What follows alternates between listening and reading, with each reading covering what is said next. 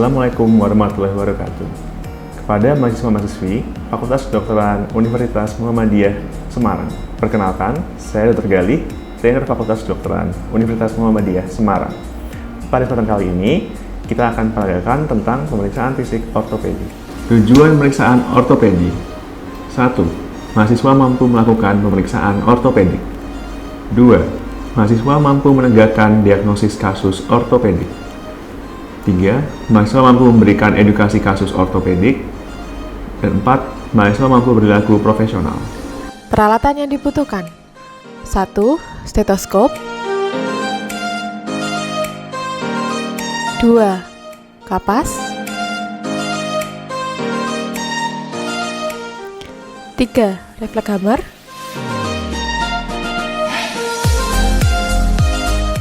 4. Jarum kecil atau tusuk gigi.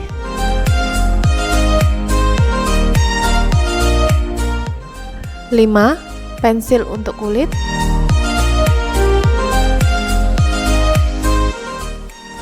6. Senter saku.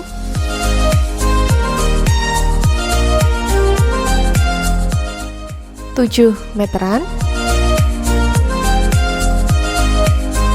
8. Kiniometer.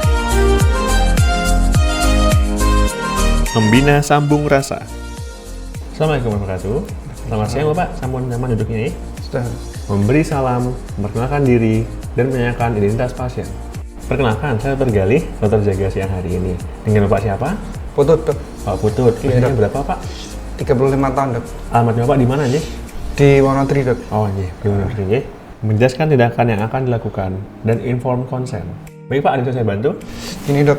Tadi saya jatuh dari kendaraan naik motor. Terus kakinya tuh terasa sakit banget sebelah sini, Dok. Nggak bisa digerakkan. Baik Pak, selanjutnya akan melakukan pemeriksaan terhadap kaki Bapak. Akan sedikit tidak nyaman karena Bapak harus membuka celananya sampai saya bisa melihat kakinya, dan juga akan sedikit sakit karena saya akan melakukan sedikit pegangan-pegangan pada daerah sakitnya itu. Apakah Bapak bersedia? Iya, Dok. Sedia, Dok. Baik. Cuci tangan sebelum pemeriksaan.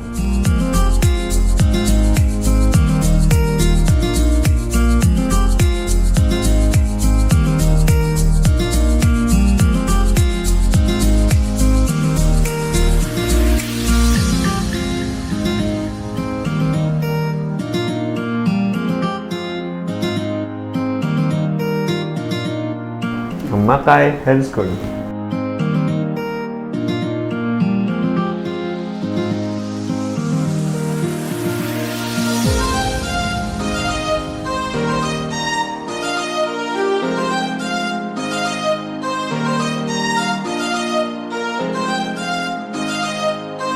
Pemeriksaan primary survey.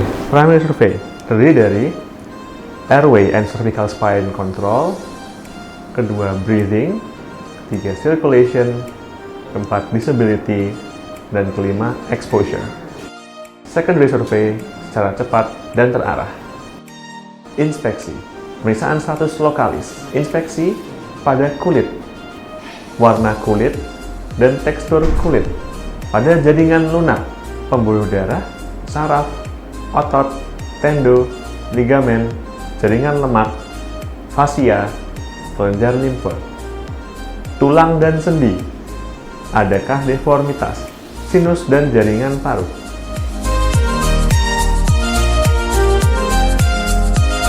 Palpasi, palpasi terdiri atas suhu kulit, lebih panas atau dingin dari biasanya. Denyutan arteri dapat diraba atau tidak. Jaringan lunak, raba spasme otot, atrofi otot, keadaan membran sinovia, penebalan membran jaringan sinovia, adanya tumor dan sifatnya, adakah cairan di dalam atau di luar sendi, atau adanya pembengkakan, nyeri tekan, lokalisasi yang tepat dari nyeri, apakah nyeri setempat atau nyeri yang bersifat kiriman dari tempat lain, atau revert pain. Tulang, perhatikan bentuk, permukaan, ketebalan, penonjolan dari tulang, atau adanya gangguan di dalam hubungan yang normal antara tulang yang satu dengan lainnya. Pengukuran panjang anggota gerak, terutama anggota gerak bawah. Pengukuran juga berguna untuk mengetahui adanya atrofi atau pembengkakan otot dengan membandingkan dengan anggota gerak yang sehat.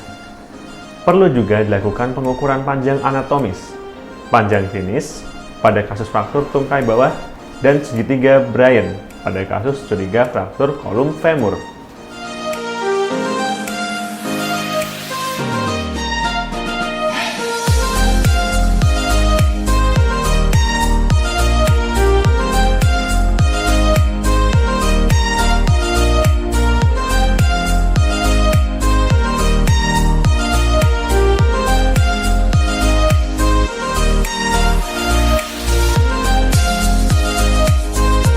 Penilaian deformitas yang menetap bila sendi tidak dapat diletakkan pada posisi anatomis yang normal.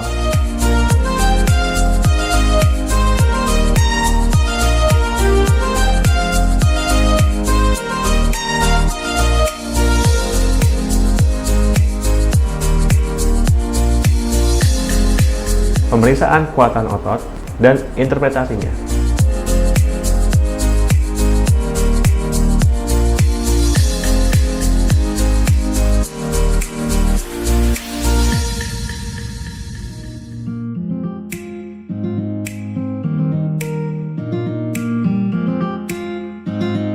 Pemeriksaan ROM.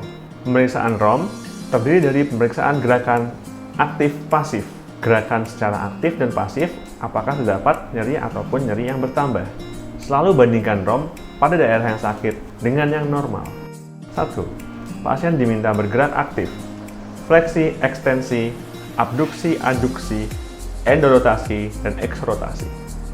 2. Lingkup gerak sendi mana yang terbatas karena nyeri.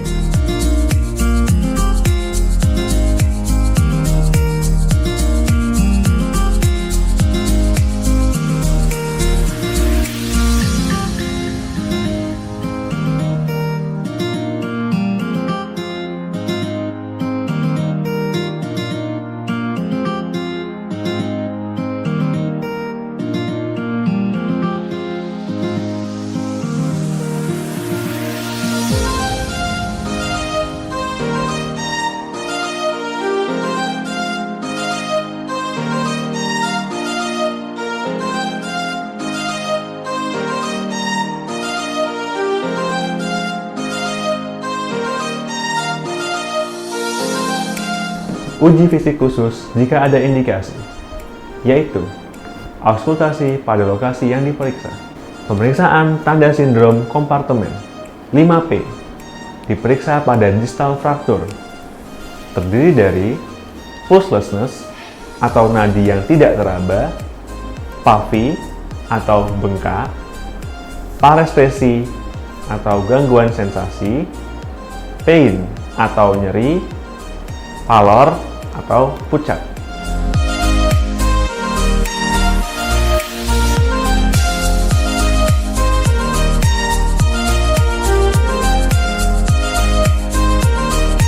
Diagnosis ortopedi. 1. Diagnosis klinis.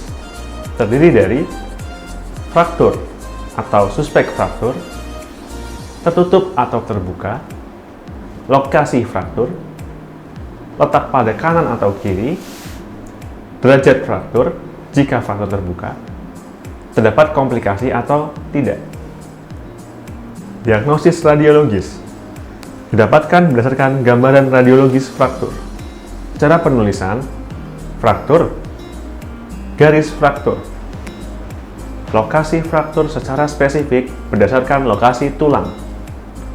Complete atau incomplete, displaced atau undisplaced. Contoh: fraktur oblik os femur dextra, sepertiga distal, incomplete, undisplaced. Diagnosis akhir fraktur merupakan gabungan dari diagnosis klinis dan diagnosis radiologis. Contoh penulisan dari gabungan contoh-contoh di atas adalah fraktur tertutup os femur dextra, sepertiga distal, incomplete, undisplaced, non-komplikata. Dalam menentukan komplikata atau non-komplikata, selalu mengacu pada apakah terdapat komplikasi neurovaskuler. Komunikasi menyampaikan hasil dan edukasi pasien yang didahului dengan mengucapkan Alhamdulillah.